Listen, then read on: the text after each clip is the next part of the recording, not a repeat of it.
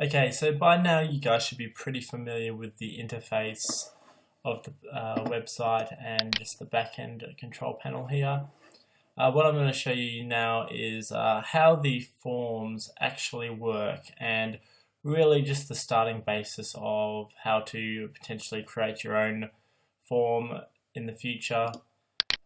So just to give you an example of what forms we have at the moment, I'm going to log in just to the website here, and under forms you can see if we click on it, we have a couple of drop down menu items for each kind of form. Now if we click on any of these, they will take us to another page where the form is displayed. So these aren't forms, these are pages where the forms are going to be displayed. So you'll never have a form just by itself. The form will always be displayed within a page or an article.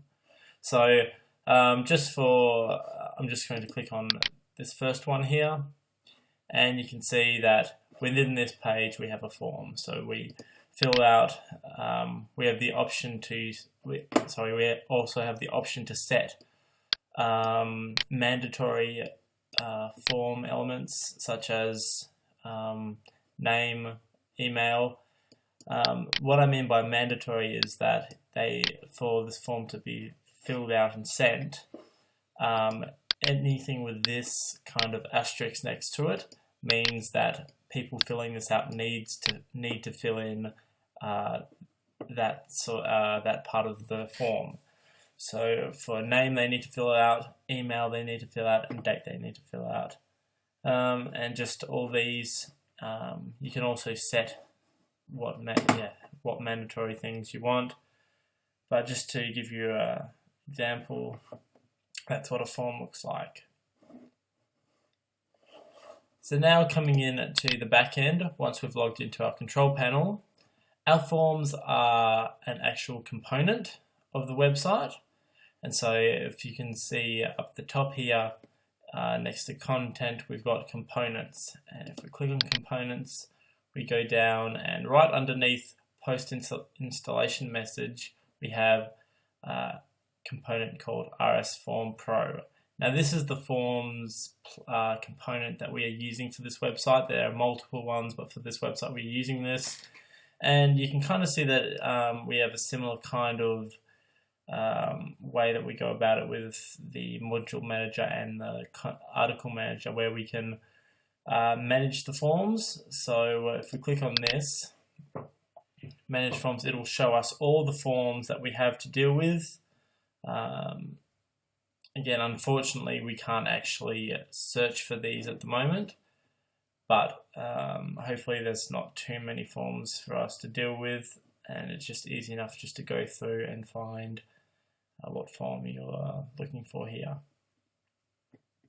And so if I click on just say any form, it brings up a interface like this. Now this looks very scary, and I want to assure you not to get taken back by this at all. It may look like too much, but when we break it down, it's actually pretty easy to follow.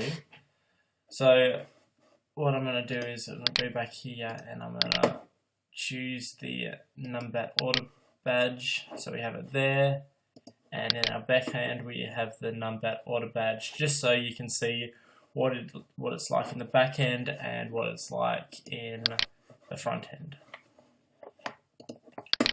Right, so we have two tabs up the top here. One's called Component and one's called Properties.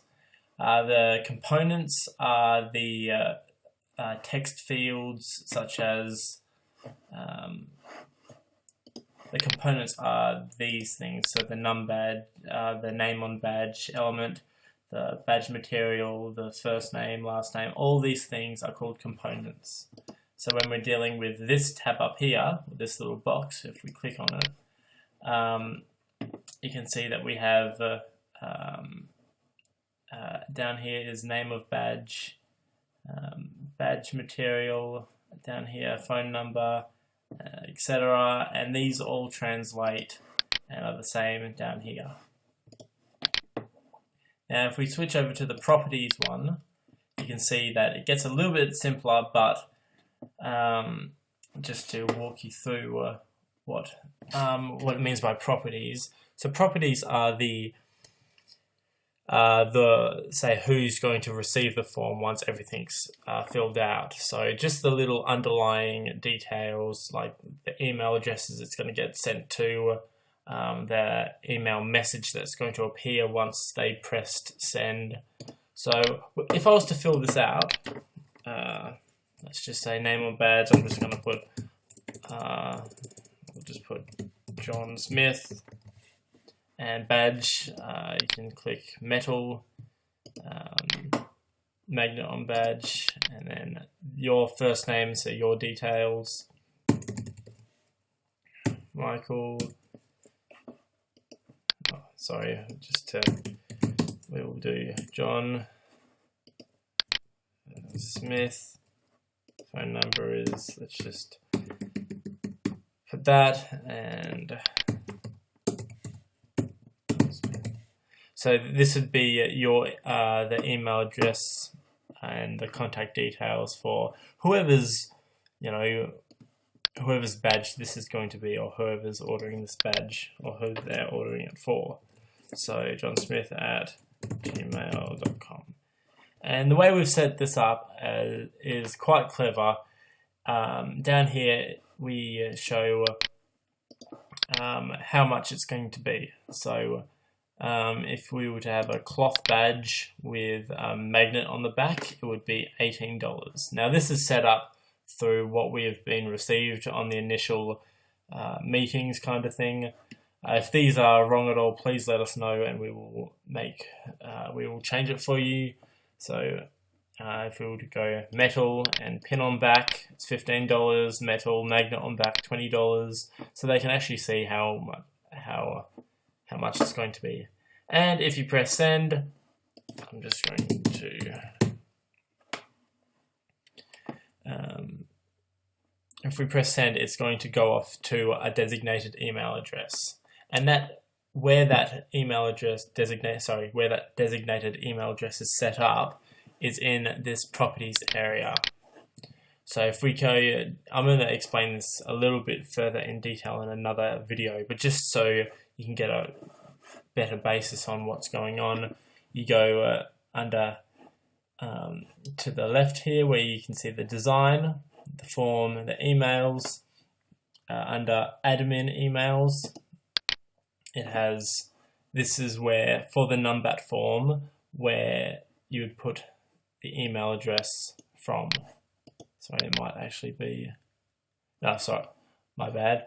So it's actually under the user email address. So when the users fill it out, where is that form going to be sent to? At the moment, it's being sent to me. This can be sent to, let's just put admin@pzda.org.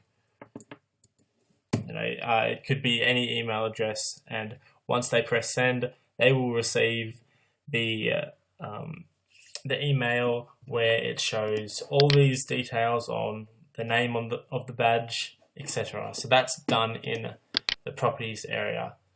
I will go over this further in the next video, but just so you know that in this area, or in this component RSS Form Pro area, is where you set up everything to do with the form. So stay tuned and I will talk about this more in depth.